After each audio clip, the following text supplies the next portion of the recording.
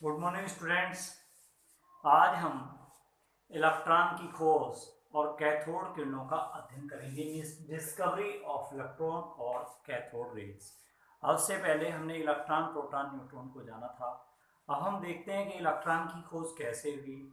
Julius प्लेकर नाम के एक साइंटिस्ट थे। उन्होंने 1859 में क्या किया? जूलियस प्लेकर एक साइंटिस्ट थे।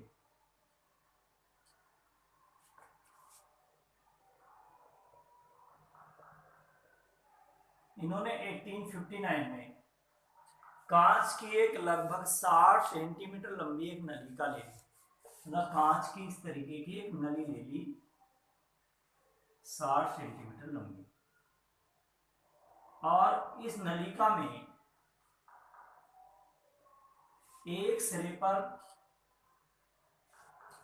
कैथोड और दूसरे सिरे पर एनोड लगा दिया।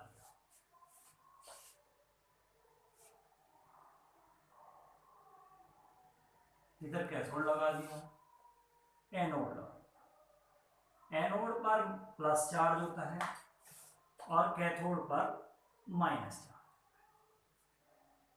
माइनस वाले को छोटा बनाया जाता है और प्लस वाले को बड़े साइज से रिप्रेजेंट किया जाता है। और लगभग 10,000 से 30,000 वोल्ट के विभव पर इसे जोड़ दिया। हाई वोल्टेज सोर्स के द्वारा 10,000 से 30,000 वोल्ट के विभव पर हमने इसे जोड़ दिया। और ये नलिका थी, इस नलिका में जो टोटल नलिका है इसमें ZnS का लेप कर दिया, जिंक सल्फाइड का पॉलिश कर दिया। जिंक सल्फाइड का काम है प्रतिदीप्ति उत्पन्न करना, मीन्स फ्लोरिसेंस उत्पन्न करना। अब क्या हुआ, और जो इसका जो प्रेशर था, जो दाब था, वो बहुत कम रखा जाता है, 10⁻⁻2 से 10⁻³ मिलीमीटर तक, मतलब निम्न दाब और उच्च दाब। इलेक्ट्रिसिटी प्रोवाइड की, तो इलेक्ट्रिसिटी प्रोवाइड करने के बाद क्या देखा, तो सबसे पहले क्या किया जूलियस प्लेकर ने 1859 में कांच की विद्युत विसर्जन नलिका लेकर electric discharge tube of glass, means जिसमें विद्युत धारा प्रवाहित की जा सके, कांच की एक विद्युत विसर्जन नलिका लेके उसमें ZnS का लेप करने के फलस्वरूप देखा कि इसमें निम्न दाब 10⁻² से 10⁻³ मिलीमीटर तथा उच्च विभव 10,000 से 30,000 वोल्ट पर विद्युत धारा प्रवाहित करने के पश्चात क्या देखा कि कैथोड से कुछ अदृश्य किरणें निकलती हैं जो एनोड के पीछे जाकर हरे रंग की चमक उत्पन्न करती हैं। मतलब यहां पर आकर ग्रीन शाइनिंग प्रोड्यूस करती हैं, हरे रंग की चमक उत्पन्न करती हैं। अगर चमक यहां पर उत्पन्न हो रही है तो नेचुरल सी बात है कि कोई चीज इधर से आ रही है और जो हमें नहीं दिखाई दे रही है, इट मीन्स वो अदृश्य है, इनविजिबल है, वो दिखाई नहीं दे रही है।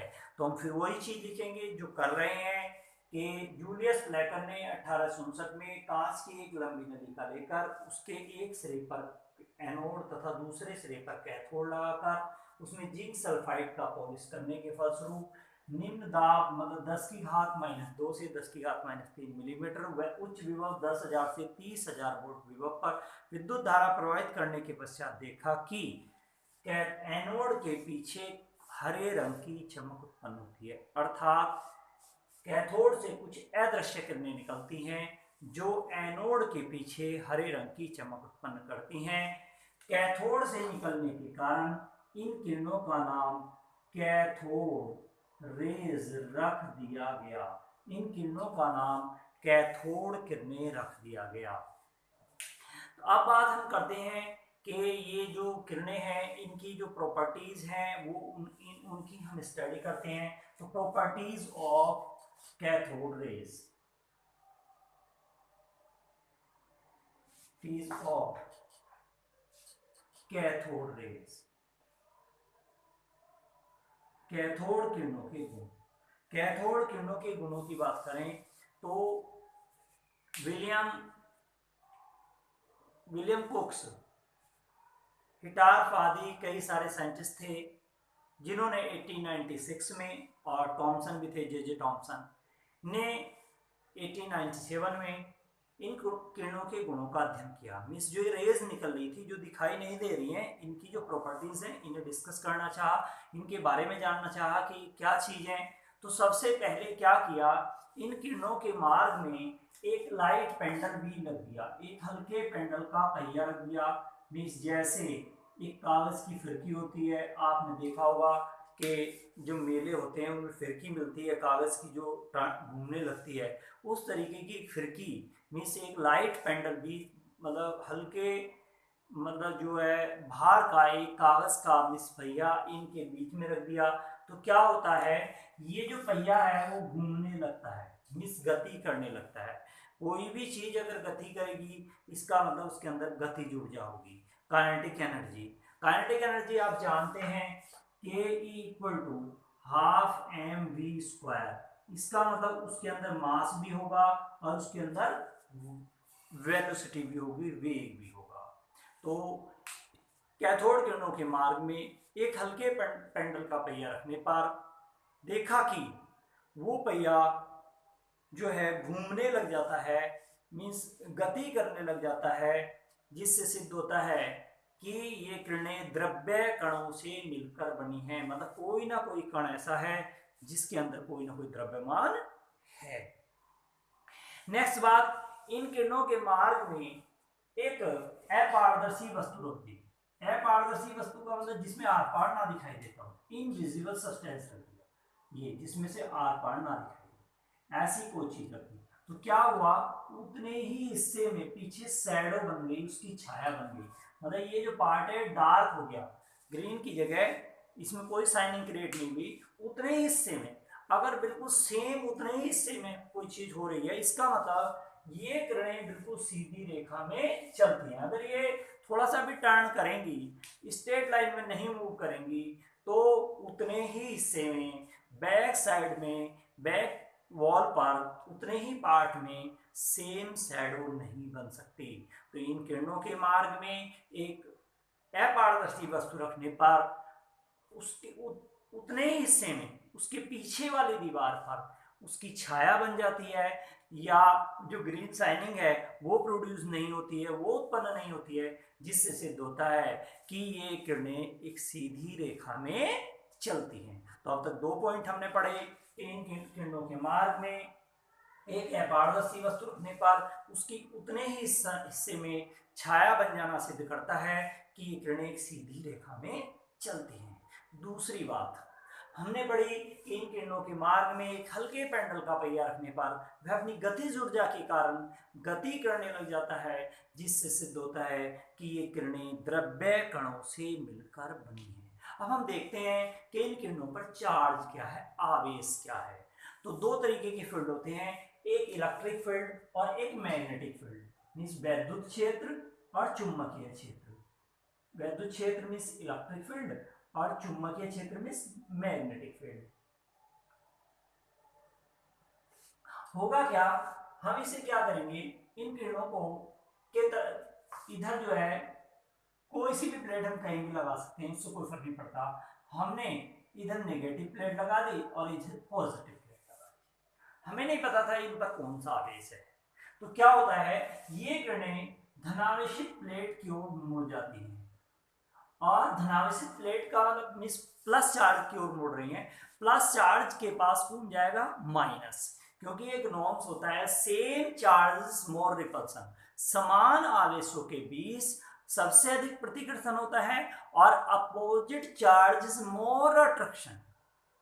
अगर विपरीत आवेश हैं तो उनके मध्य बहुत अधिक आकर्षण होता है। मीन्स प्लस के पास माइनस जाएगा, माइनस के पास प्लस जाएगा। तो एक सवाल आता भी है कि किरणें केवल वैद्युत क्षेत्र में प्रभावित होती हैं या चुंबकीय क्षेत्र में प्रभावित होती हैं या दोनों में होती हैं। तो हमने क्या पढ़ा है, वैद्युत क्षेत्र हो चाहे चुंबकीय क्षेत्र हो, कोई सा भी क्षेत्र आप अप्लाई कर दीजिए, ये किरणें दोनों ही परिस्थितियों में धनावेशित प्लेट की ओर मुड़ जाती हैं, जिससे सिद्ध होता है कि इन किरणों पर धन आवेश और ऋण आवेश होता है, क्योंकि धनावेश के पास कौन जाएगा, ऋण आवेश। तो 3 पॉइंट आपने अब तक पढ़े। पहला पॉइंट पढ़ा कि इन किरणों के मार्ग में एक हल्के पेंडुलम का पहिया रखने पर वो अपनी गतिज ऊर्जा के कारण घूमने लग जाता है, जिससे सिद्ध होता है कि ये किरणें द्रव्य कणों से मिलकर बनी होती है।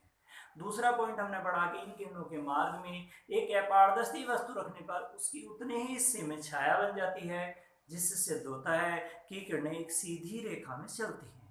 नेक्स्ट थर्ड पॉइंट हमने पढ़ा कि इन किरणों को वैद्युत क्षेत्र या चुंबकीय क्षेत्र से प्रभावित करने पर ये किरणें धनावेशित प्लेट की ओर मुड़ जाती हैं, जिससे सिद्ध होता है कि इन किरणों पर ऋण आवेश होता है, या ये जो किरणें हैं ऋणावेशित कणों से मिलकर बनी होती हैं। दूसरी बात हम देख रहे हैं कि इनकी जो वेधन क्षमता है या इनके जो वेग हैं वो बहुत अधिक होते हैं। हमें कैसे पता चला? क्योंकि ये ठोस धातु के पतली धातु का पतली पन्नी का बना होता है तो ठोस ही, ठोस बने हुए या पतली पन्नी के बने हुए एनोड को पार करके ये प्रतिदीप्ति उत्पन्न करती हैं, मींस फ्लोरिसेंस। यहां पर प्रतिदीप्ति मींस चमक,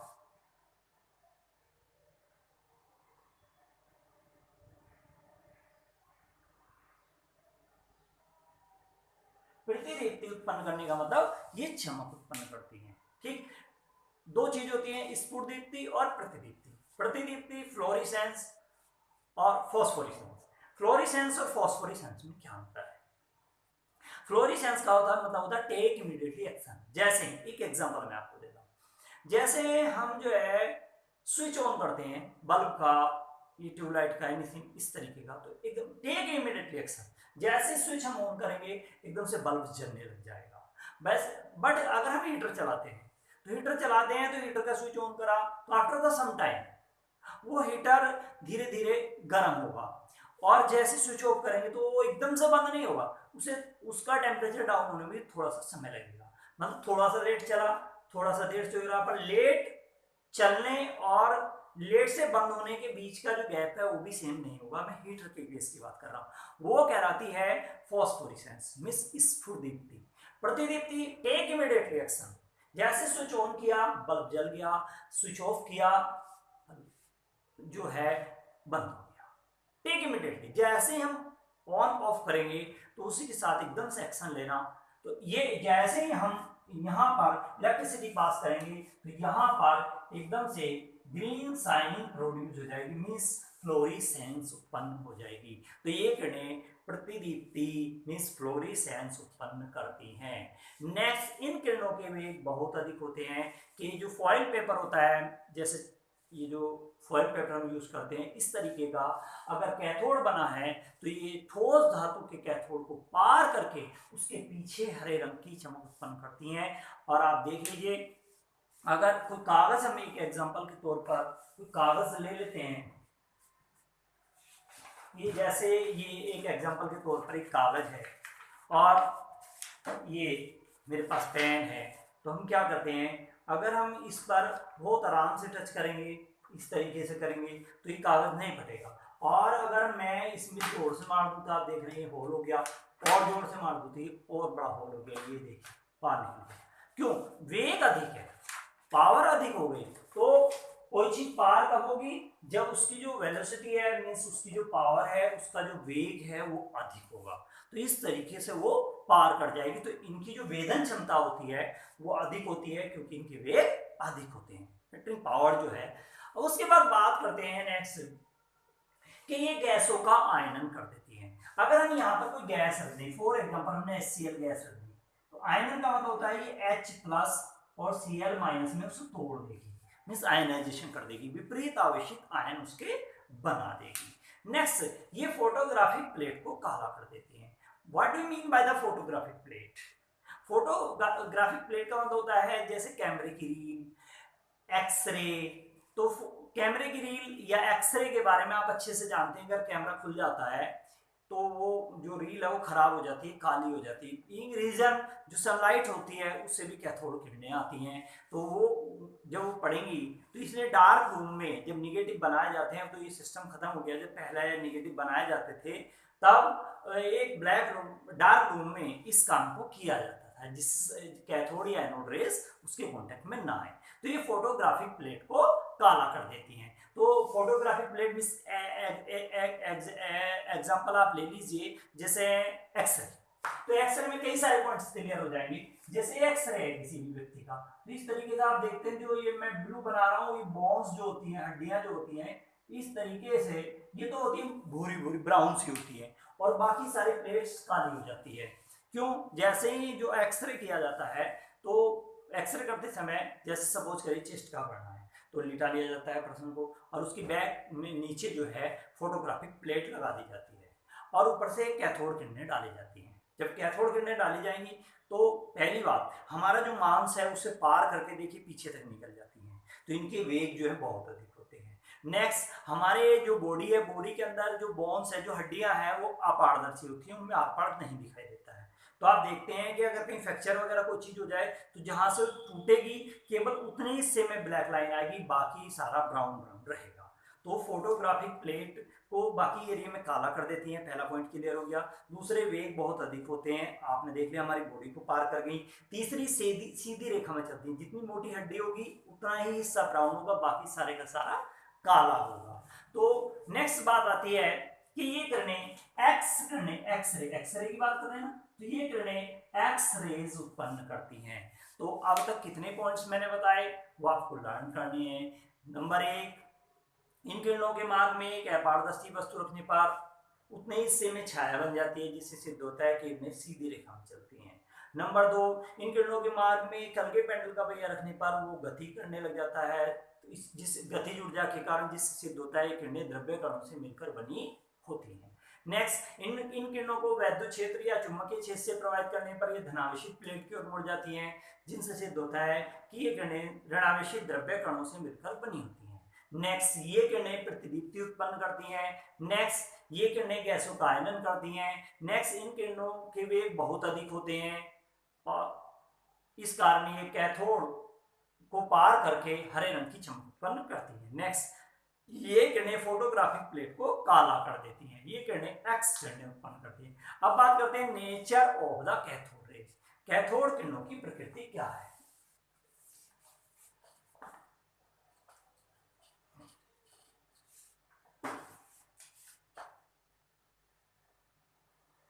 nature of cathode rays. Cathode किरणों की प्रकृति क्या है? कैथोड किरणों की बात करें तो ये अति सूक्ष्म ऋणावेशित कणों से मिलकर बनी होती हैं, वो हम प्रूफ कर ही चुके हैं। नेक्स्ट, जो इसके लिए जो E/m का मान होता है, E means charge of electron, M means mass of electron. E/m का मान, नलिका में हम दो चीज ले सकते हैं अपनी मनमर्जी से, हम कोई भी गैस ले सकते हैं, निर्वात ले सकते हैं, या कोई भी गैस अपनी मनमर्जी से इसमें बढ़ सकते हैं। नंबर 2, कैथोड और एनोड दोनों को मिलाकर बोलते हैं इलेक्ट्रोड। इलेक्ट्रोड का मतलब होता है कैथोड प्लस एनोड, दोनों की जब बात करेंगे हम, तो जब दोनों की कंबाइंड बात की जाएगी तो वो इलेक्ट्रोड बोलते हैं। तो हम इसे सोने के भी ले सकते हैं, हम चांदी के भी ले सकते हैं, हम लोहे के भी ले सकते हैं, एनीथिंग किसी भी चीज के ले सकते हैं। तो हमेशा E/m का मान कांस्टेंट रहेगा, यूनिवर्सल कांस्टेंट रहेगा, मतलब कभी भी परिवर्तित नहीं होगा, और वो होता है 1 E/m का मान 1.7588 इंटू 10⁸ कूलाम पर ग्राम।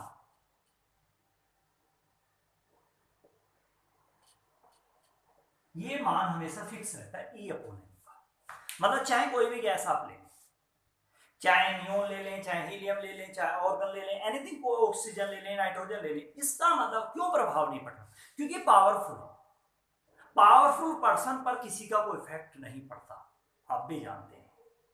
तो इनकी जो पावर है वो अधिक होने के कारण E/m का मान नलिका में ली गई प्रत्येक गैस तथा प्रत्येक धातु के इलेक्ट्रोड के लिए सदैव समान रहता है, अर्थात इसका मान 1.7588 इंटू 10⁸ कूलाम प्रति ग्राम होता है।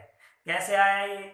ई जो इलेक्ट्रॉन का जो आवेश है वो आप जानते ही हैं 1.6 इंटू 10⁻⁹ कूलम होता है, और जो द्रव्यमान होता है वो होता है 9.108 इंटू 10⁻28 ग्राम होता है। ये आपने पढ़ रखा है। जब आप इसे सोल्व करेंगे तो आ जाएगा 1.7588 इंटू 10⁸ कूलम प्रति ग्राम। इसके लिखने का फिर धन्यवाद।